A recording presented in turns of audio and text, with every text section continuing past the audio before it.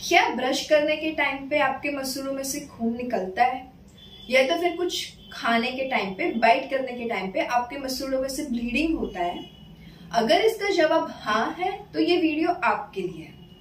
नमस्कार दोस्तों, मैं हूं डॉक्टर नीपा और आज इस वीडियो में हम बात करेंगे ब्लीडिंग गम्स के बारे में, यानी मसूड़ों में से जो खून आता है इसके बारे में हम चर्चा करेंगे। मसूड़ों में से खून क्यों आता है? कई बार कितने सारे लोगों को कुछ खाने के टाइम पे या ब्रश करने के टाइम पे मसूड़ों से ब्लीडिंग होता है।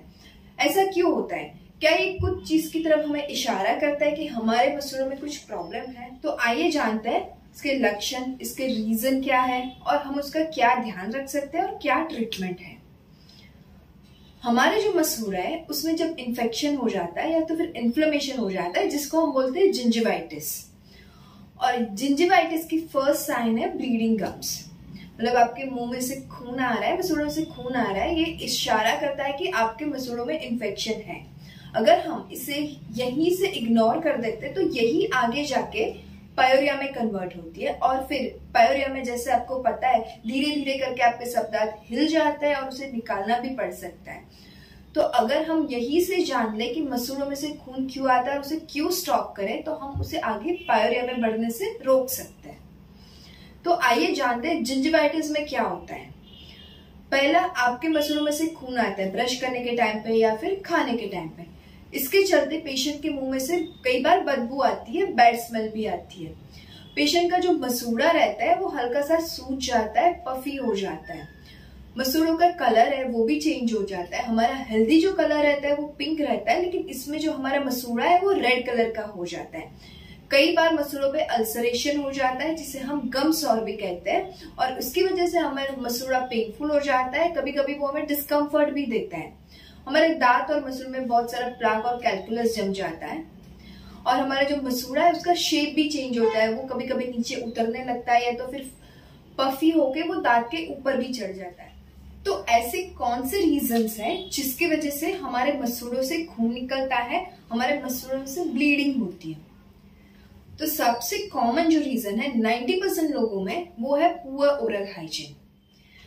ज्यादातर लोगों में प्लाक और कैलकुलस बिल्डअप की वजह से मसूड़ों में इन्फेक्शन हो जाता है, जिंजिवाइटिस हो जाता है और इसकी वजह से मसूड़ों में से ब्लीडिंग होती है। Second most reason is smoking. Smoking की वजह से जिंजिवाइटिस और पेरियोडोंटाइटिस होने के चांसेस बहुत बढ़ जाते हैं।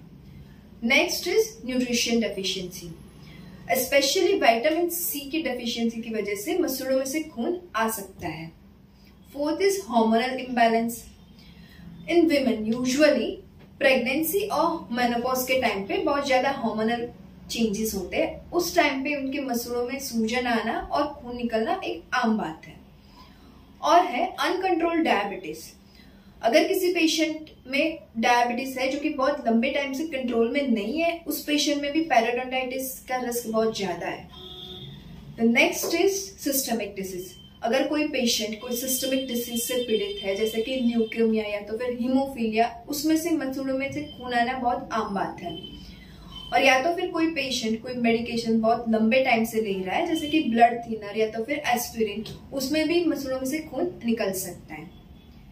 तो अगर हमें मसूड़ों में से खून निकलता है या तो फिर ब्रश करने के टाइम पे मुंह में खून आता है, तो सबसे पहले उसे इग्नोर नहीं करना चाहिए। तुरंत ही अपने नजदीकी डेंटिस्ट के पास जाके चेकअप करवाना चाहिए।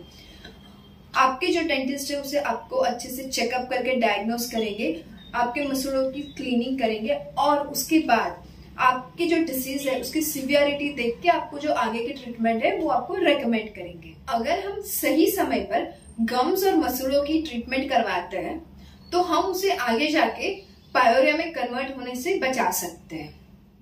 एडिशनली हमें घर पे भी कुछ ध्यान रखना पड़ेगा ताकि हम हमारे मसूड़े लंबे समय तक स्वस्थ रख सके। तो आइए जानते हैं हमें घर पे क्या करना है। उसमें हमें कुछ बड़ा या ज्यादा कुछ फॉलो नहीं करना है, कुछ सिंपल स्टेप है उसे ही फॉलो करना है, लेकिन वो रेगुलर होना चाहिए। जैसे कि दिन में 2 बार ब्रश करना है, कुछ भी खाना खाने के बाद तुरंत कुल्ला कर देना है और पानी से मुंह अच्छे से साफ कर देना है। दिन में 1 बार सॉल्ट वाटर या फिर नमक पानी से कुल्ला कर देना है। खाने में हमें ज्यादातर हेल्दी फूड खाना है, फ्रूट और वेजिटेबल का यूज ज्यादा करना है। हो सके तो ज्यादा से ज्यादा पानी पीना है और रात को सोने से पहले मुंह को अच्छे से क्लीन करके ब्रश करके ही सोना है। ये कुछ छोटी छोटी बातें हैं जो हम ध्यान रखते हैं तो हमारे मसूड़े लंबे समय तक हेल्दी रहते हैं। अगर आपको कोई भी डाउट हो, सवाल हो तो आप नीचे कमेंट में पूछ सकते हैं। धन्यवाद।